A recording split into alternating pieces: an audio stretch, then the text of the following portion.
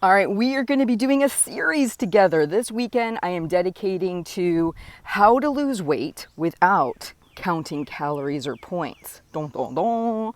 And the very first thing we have to have is a little primer on some concepts, okay? So, number one, if you say the phrase, I want to lose weight, but I really don't want to count calories or points, I want to be clear that that is not intuitive eating.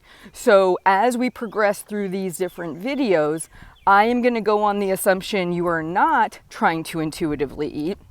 You are actually choosing to focus on weight loss as an outcome, but you just don't want to have to track food in a food app or write down what you're eating day to day, okay? And the reason this is an important discussion to have, because what questions I will get back from people that watch these videos is, should I listen to my hunger signals? Should I do this? Should I do that? Based on an intuitive eating book, right? And I love the intuitive eating book and I would encourage you to read it, but they are very explicit in this book and they talk about the fact that weight change is not the point of intuitive eating. The point of intuitive eating is totally to listen to your body, eat when you want, stop when you're content, basically eat the foods that you're craving so that way you stop craving them. There's a lot of good information in those for sure, but the person who tells me I want to lose weight, but I don't want to count calories or points really is not in line with that message. So you really just don't want to count calories or points, but you want to see your weight go down, right? So all of the tips I'm going to be sharing here are ones that even somebody who is counting calories or points can put into play. These are good general practices, but it's a framework that will help somebody who's like, okay, where do I even begin with this? I want to lose weight, but the idea of writing things down just is not my jam. I've tried it so many times, I've not been successful. Or maybe I'm coming from a really disordered eating background and seeing numbers like that on a regular basis doesn't serve me.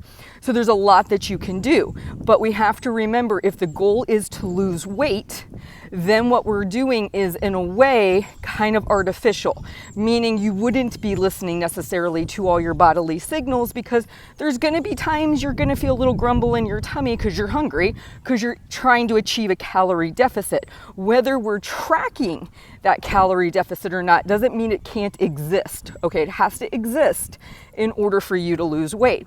And please hear me on this. Choosing not to count calories or points does not mean that we don't use discipline and consistency.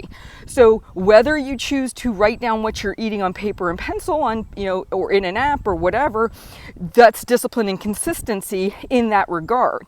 But there has to be discipline and consistency even if you opt to not track for you to lose weight. If you're fine with your weight and you want to be an intuitive eater, go get the book, read it from cover to cover, follow what they say, but understand your weight could go up or it could go down or it could stay the same. The outcome on there is really just dependent on what you choose to do.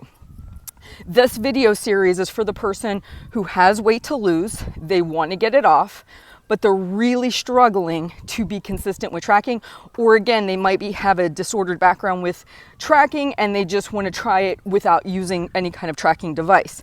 So this is our primer, okay? And let's go ahead and move forward, assuming we're going to have to do things that make us a little uncomfortable. We're going to have to use discipline and consistency. We're just going to be removing the element of writing down what we're eating and tracking it in number form. You guys have a great day, and I'll be back with video tip number 1.